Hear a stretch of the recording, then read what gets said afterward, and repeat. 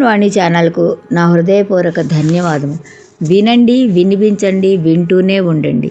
పోటీ ప్రపంచం కథానిక వ్రాసుకున్నవారు దేశరాజు లక్ష్మీకుమారి, చదువుతున్నది దేశరాజు లక్ష్మీకుమారి. పోటీ ప్రపంచం. రాధా, ఏమిటిలా వచ్చావు? ఎన్నడూ గడప దాటిన రాధ వనజ ఇంటికి వచ్చింది. ఏమిటో వదిన, ఎప్పుడూ ఏదో పని ఇంట్లో. అందులో పిల్లవాడు 10వ తరగతి వచ్చినప్పటి నుండి పరీక్షలు అయ్యి రిజల్ట్స్ వచ్చే వరకు తీరలేదు. ఏదో తనే పరీక్షలు రాస్తున్నట్టుగా ఉంది. అసలు తనే పరీక్షలు రాసి రిజల్ట్స్ కోసం ఎదురు చూసి పాస్ అయిన ఉత్సాహంలో ఉంది రాధ. అవునమ్మా, మేము కూడా ఆ అవస్థ నుంచి బయటపడిన వారమే కదా అంది వనజ. రాత్రికి రండి అందరూ, అన్నయ్య, పిల్లలు. పెద్దవాడు పుట్టినరోజు, మళ్ళీ 10th పాస్ అయిన సందర్భము, మా పెళ్లి రోజు అన్నీ కలిపి ఒకే రోజు. మళ్ళీ పార్టీలు ఎందుకని పిలిచాము. అందరూ రాత్రికి రండి. రాత్రికి వంటలు లేవు అందరికీ. అత్తయ్య, మావయ్య, మీరు కూడా రావాలి అంటూ గొంతెత్తి పిలిచింది రాధ. సరేనమ్మా అంటూ వర్ధనమ్మ రామాయణం చదువుతూ తలెత్తి ఓకట్టింది. అవునే రాధ, మీ అబ్బాయికి ఎంత పర్సంటేజీ? ఉత్సాహంగా అడిగింది వర్ధనమ్మ. 90% అత్తయ్య గారు, అంతలోనే తృప్తి పడ్డాము అంటూ నీరసంగా జవాబు ఇచ్చింది రాధ. అక్కడే ఉన్న మధు, బామ్మకి ఎందుకంత క్రేజీ? వాళ్ళ పిల్లాడు అయినా ఎప్పుడో పాస్ అయిన తనతో కంపేర్ చేసుకోవడం అడుగుతోంది. ఇంత ముసలాళ్ళకు కూడా ఇంత క్రేజా, ఇంతలా యాంగ్జైటీయా? ఎందుకో అనుకున్నాడు మధు. అంతేలే అమ్మా, రాసిపెట్టి ఉండాలి కదా. మా మధు కూడా 90 దాటలేదు అంది బామ్మ. విసురుగా హాల్లోకి వచ్చాడు మధు. బామ్మ, ఇంక ఆపుతావా? మార్కులు గోలా? విసుగు అంటూ విసురుగా వచ్చి చేయి పట్టుకున్నాడు. అంతటితో ఆగింది వర్ధనమ్మ. లేకపోతే ఓ పెద్ద హిస్టరీ తయారు చేసి వాళ్ళ అమ్మ ఆఫీస్కి వెడితే తను ఎలా కష్టపడింది, LKG నుంచి 10th క్లాస్ వరకు పిల్లాడి రిజల్ట్స్ వచ్చే వరకు ఒక అరగంట చెప్పేది. అమ్మయ్య, గండం నుంచి బయటపడ్డాను అనుకుంది రాధ. ఈ వినడం బహుశా 10వసారి అనుకుంటా మనసులో గొనుక్కుంది రాధ. చెంగుని గంతేసి ఒక్క ఉదుటిని వెళ్ళిపోయింది రాధ. సాయంకాలం అయింది. అందరూ రాధ ఇంట్లో సమావేశమయ్యారు. ఏమండి, మీ అబ్బాయికి ఎంత పర్సంటేజీ? 401లో ఆయన 402లో పురుషోత్తమ గారిని అడిగాడు. ఏదోనండి, 90 దాటాయి అన్నాడు. రామారావు గారు అబ్బాయి అనుకుంటా 95% వచ్చాయట మా ఆవిడంది. అవునండి, వెధవ చదవమంటే IPL ముచ్చట్లు చూశాడు, అందుకే కాస్త తగ్గాయి. కొద్దిగా గిల్టీగా తల వంచుకుని సమాధానం. పోనీ కదా పాస్ అయ్యాడు అనే సంతోషం అసలు ముఖంలో లేనే లేదు. ఏదో పోగొట్టుకున్నట్టు సమాధానం. ఏముందండి, ఎన్ని మార్కులు వచ్చినా పిల్లలకి మంచి జాబ్ దొరకడం కష్టంగా ఉంది అంటూ అన్నారు మోహన్ రావు గారు. ఆయన పిల్లాడికి జాబ్ రాలేదని బాధ మార్కుల మీద విసిరాడు. అవునండి అంతే అంటూ త్రివిక్రమ వంత పలికాడు. ఎందుకంటే వాళ్ళ పిల్లాడు ఎప్పుడు అత్యవసర మార్కులతో పాస్ అవుతాడు. ఇప్పుడు బీటెక్లో కూడా సీటు కొనుక్కున్నారు పాపం, అది మనసులో బాధ వంత పలికాడు. ఈ లోపల క్యాటరింగ్ వాడు వచ్చాడు. ఆర్డర్ ఇచ్చినవి టేబుల్ మీద అందంగా సర్ది 2 పిల్లల్ని అక్కడ వదిలి వెళ్ళాడు. 2 హుందాగా అందంగా ఉన్నారు. ఏరా, మీ తమ్ముడు పాస్ అయ్యాట కదా? ఇక్కడ కూడా అదే గోల.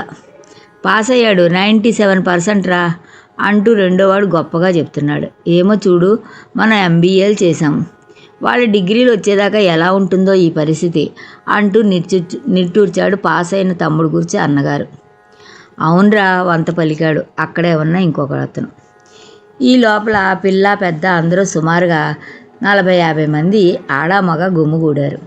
అందరూ రకరకాలుగా మేకప్ వేసుకుని మెరిసిపోతున్నారు ఆ చీరల్లో. ఈ చీరలు ఎక్కడ కొన్నారు? ఆ జాకెట్ డిజైను ఎక్కడ వేయించారు? చాలా బాగున్నాయండి, కథలుగా చెప్పుకుంటున్నారు. కథలల్లి మరీ చెప్తున్నారండోయ్, అసలు బట్టలు ఎక్కడ చవక అని కొందరు చెప్తున్నారు. ఇక పిల్లలు అంటే ఆడపిల్లలు అప్పుడే పరీక్షలు రాసి పాస్ అయిన సంతోషం ఎలా పంచుకుందామా అని ఎదురు చూస్తున్నారు. ఇతరులు వర్ణించి చెప్తున్నారు. బొటాబొటిగా పాస్ అయిన వాళ్ళు ఏ సినిమా బాగుందో ఆ సినిమా హీరోని వర్ణిస్తూ సిగ్గుపడుతూ అతడే తమ నిజ జీవితం హీరో అన్నట్టుగా పడుతూ లేస్తూ సిగ్గుపడుతూ లేస్తూ రిలీజ్ అయిన సినిమాను అందులో హీరోలు గూర్చి చెప్పి అతని సాహసాలు వర్ణిస్తున్నారు. మధ్య మధ్యలో అక్కడ ఎవరైనా మగపిల్లలు ఉన్నారేమోనని తమను గమనిస్తున్నారా అని లేదా అని అటు ఇటు చూసి బొగ్గలు ఎర్రపడేలా ఆనందిస్తున్నారు ఆ హీరోని తలుచుకుని. మధ్య మధ్యలో ఓణీ వేసుకోవడం అలవాట్లేదు కదండి. పాపం ఓణీలు వంక తెగ చూసుకుంటున్నారు, పమిట సర్దుకుంటున్నారు. ఏమండి వనజమ్మ గారు, పిల్లవాడికి మంచి పర్సంటేజ్ వచ్చింది కదా మా వాడన్నాడు అంటూ గబగబా పరిగెత్తుకు వచ్చినట్టుగా మాట్లాడుతోంది ఒక ఆమె. అవునండి, మరి మా అబ్బాయి ఏమో అనుకున్నాను కానీ ఆ బోర్డు చూడండి 90% వచ్చాయి. ఎవరో చూడండి ఆ అబ్బాయి 99.5% బోర్డు ఎక్కి కూర్చున్నాడు అంటూ తమ పిల్లాడు బోర్డులో 2వ స్థానం 3వ స్థానం వచ్చినందుకు బాధ కనిపించింది ఆవిడకి మొహంలో. ఎన్ని మార్కులు వస్తే ఏం లాభం, ఉద్యోగాలు దొరకాలి కదా.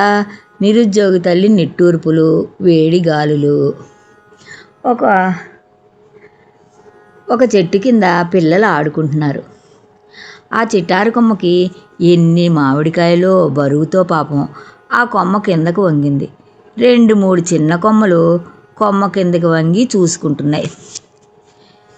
2-3 చిన్న కొమ్మలు ఆ కొమ్మ కూడా కిందకు వంగి చూసుకుంటున్నాయి.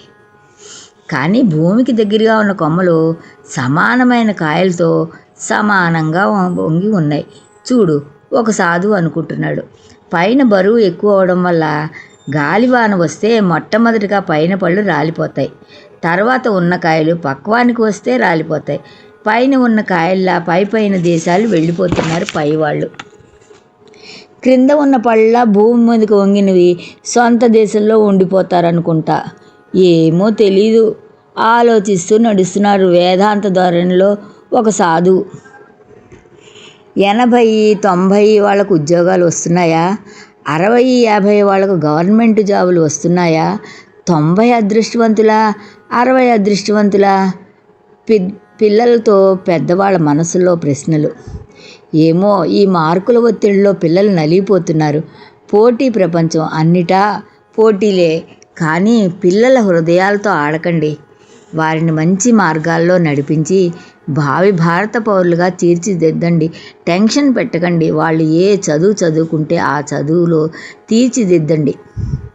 పిల్లల్ని చదివించాలి కానీ చదువు కొనుక్కోకూడదు. చదువులో తీర్చిదిద్దాలి. అంతేగాని వాళ్ళని కష్టపడేంత మార్కుల జాబితా వాళ్ళ నెత్తి మీద బరువులా పడేయకూడదు. మోయిరానంత బరువు పడేయకూడదు. ఆనందంగా చిన్ననాటి ముచ్చట్లు చెప్పుకుంటూ ఆ పరీక్షలు ఎలా రాశామో అని ఆనందంగా పెద్దయ్యాక ఇతరులతో పంచుకుంటూ ఉంటే ఆ ఆనందం ఎక్కడొస్తుంది? ఎక్కడా రాదు. పెద్దయ్యాక మనం కూడా అంతే కదా. మనకు ఎన్ని మార్కులు వచ్చాయి? ఆ రోజుల్లో పోటీ ప్రపంచం ఉందా? లేదు. ఈ రోజుల్లో పోటీలు పెట్టి వాళ్ళ మనసులతో ఆడుకుంటున్నామేమో ఒక్కసారి ఆలోచించండి.